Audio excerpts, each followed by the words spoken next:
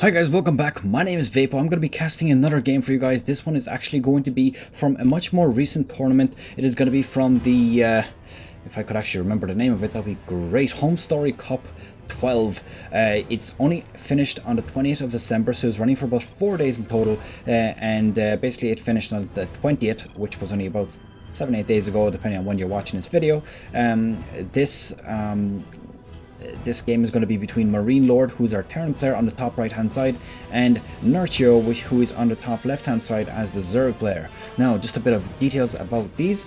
Nerchio, Zerg player, Team Acer, and he's from Poland.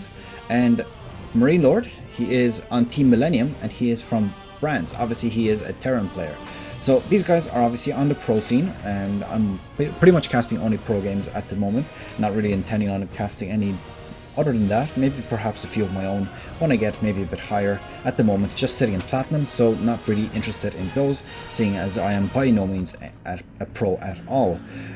So a pretty standard opening here, putting up a barracks and basically blocking that off. Question I have is he going to start doing a Reaper play here? He is about lining up to get the Reaper on time when this is up, which will be of course interesting to see. A second hatch or a hatchery coming up here from Nerchio, of course, a spawning pool also exactly at the same time, and one gas also pretty early.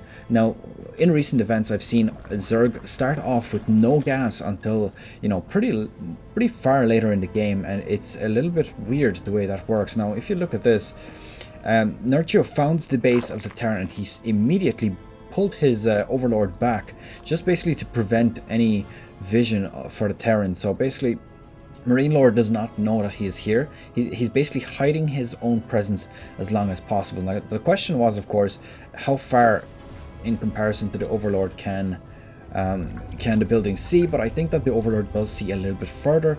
If not, then obviously the reaction time is also quite important. Now the Reaper, of course, did go to the right direction, so perhaps he saw him, perhaps he didn't.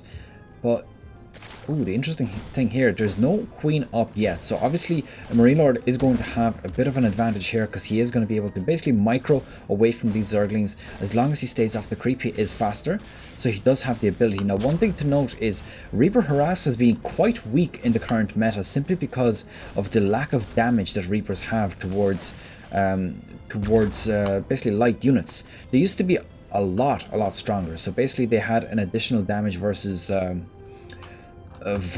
light units, but that is of course gone now, unfortunate for the Terrans. But you still see the odd player that decides to open up with about 3 to 4 Reapers and just go pretty much all out nukage. Now this is probably gonna get right through, but of course, as you can see, there is a Marine here ready to defend this, so he's not too worried about the Zergling coming in here. No, is he gonna lose this SCV? Nope, it does not look like it. And this Zergling is just gonna get a little bit of her scout off and then get cleaned up.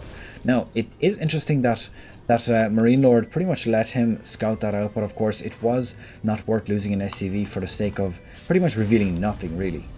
So just to confirm, let's see how much Nerchio actually saw. So he did see the start board, so I suppose maybe that was actually worth it, bringing that Zergling in here and scouting that out. Now, the one thing you notice here, this is a 1-1-1 build, as Husky himself, rest in peace, used to call it the Destiny Cloud Fist build. No longer, of course, the case. Husky is kind of gone from the scene, which is very sad, and I was waiting for him to come back from quite some time. He did make a few videos every now and then, but unfortunately never really got back into it. Now this Widowmine is going to be down just about in time to defend against this. Popping on out, there we go, that Roach taking a nice big hit. But it is getting more straight away, because as you might be aware, when a Roach warps, it does regenerate its full health. Now this is a nice timing push from Nerchio. He is pretty much uncontested at the moment. He does have a large number of units against this small number of Marines, so I don't know if these Marines are going to be able to defend against it, but Nerchio is currently doing free damage without being the ability to lose any units whatsoever. So he's already taken out, yeah, that's 2 attachments right now, and as well a supply depot, losing 1, 2, I believe that's 3 roaches so far, 4 roaches. He is a bit overcommitting now. I do believe that this is the time to back off at this stage. Definitely does not want to be sticking around here. Oh, and this Widow Mine also doing that last bit of damage. Now this Ravager is going to want to back on up and just get back to base and stay safe. Now, in the meantime, we do have Nerchio almost finished with his expansion. Ooh, there we go. We have a tank drop here. Probably going to just put it in behind the mineral line and just do a bit of harassment with it. Very, very effective in terms of continuous harass. Why is this not working?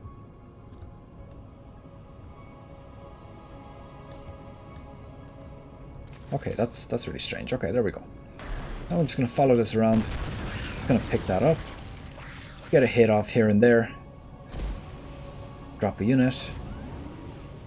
Get a hit off. Oh, the Queen's actually intercepting that here quite nicely. They're going to go off the creep and of course be super slow. And here we go, we do have the tank now. Just showing its presence again. Now the tanks seem to have been nerfed as well. 50 damage, not a huge amount. It does of course one-shot lings, but it does not do significant damage to a Queen, as you can see here. Siege tank just going to be sitting here. I don't think that that MarineLorD is going to want to just place it here because it is a bit of a waste. He'll probably want to try to deny this base, which he is indeed aware of. Ooh, that's quite interesting. He actually ended up losing the medevac there, so that's definitely a bit of a mistake there. Now this Queen could potentially get taken out if it doesn't back on up here. I do believe that he could potentially chase this down. It's only needing about 2 more hits. Actually 1 more hit now. But he definitely wants to keep a focus on it, otherwise he will end up losing it quite handily. Oh, there is a Liberator up here as well. Liberators, one of the most annoying things to deal with, but if you do have about 3 or 4 Ravagers, you could potentially take them out quite easily and set the Terran player back quite a lot. Now this medevac definitely wants to back up at this stage, carrying very expensive load and as well at the same time also being taken out itself. This base fully up from the Terran, so at this point 2 to 3 bases. The Zerg base here, the third one, already fully saturated, just gas obviously missing. And this dude is back out again. Actually that's the second one, so never mind that one. This one is going to back on up here, probably going to get repaired by a few SCVs. It does have far too many SCVs here, so it would be a good idea to pull that off anytime soon.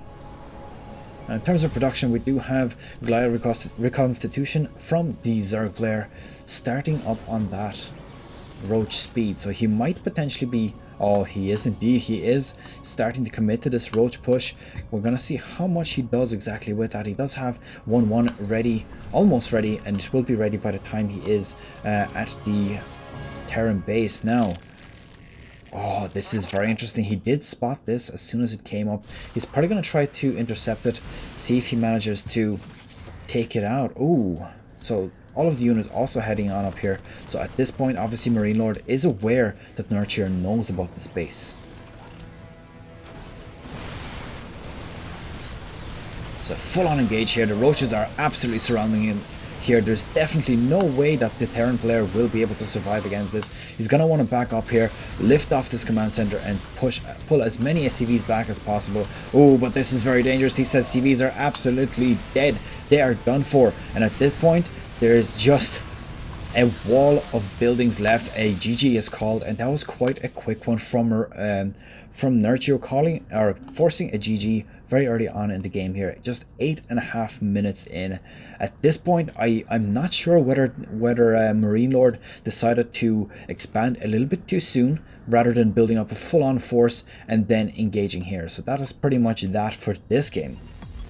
Hi everyone, thank you for watching all the way through to the end of this video. I hope you've enjoyed this game between Nerchio and MarineLorD, and of course that you're looking forward to game 2. I'm super excited to cast it in just a few minutes. On my right, you're going to see my Facebook and Twitter pages, basically which you can follow if you want to get instant updates. Probably the easiest way to catch up with me on pretty much every video that I upload. If you feel I deserve it, please leave the video a thumbs up and click on the subscribe button right below my face here, where you'll be brought up to the subscription page. If you have done so already, great, and if not, do so right now. As always, I'll see you in the next video. Good luck, take care, bye bye.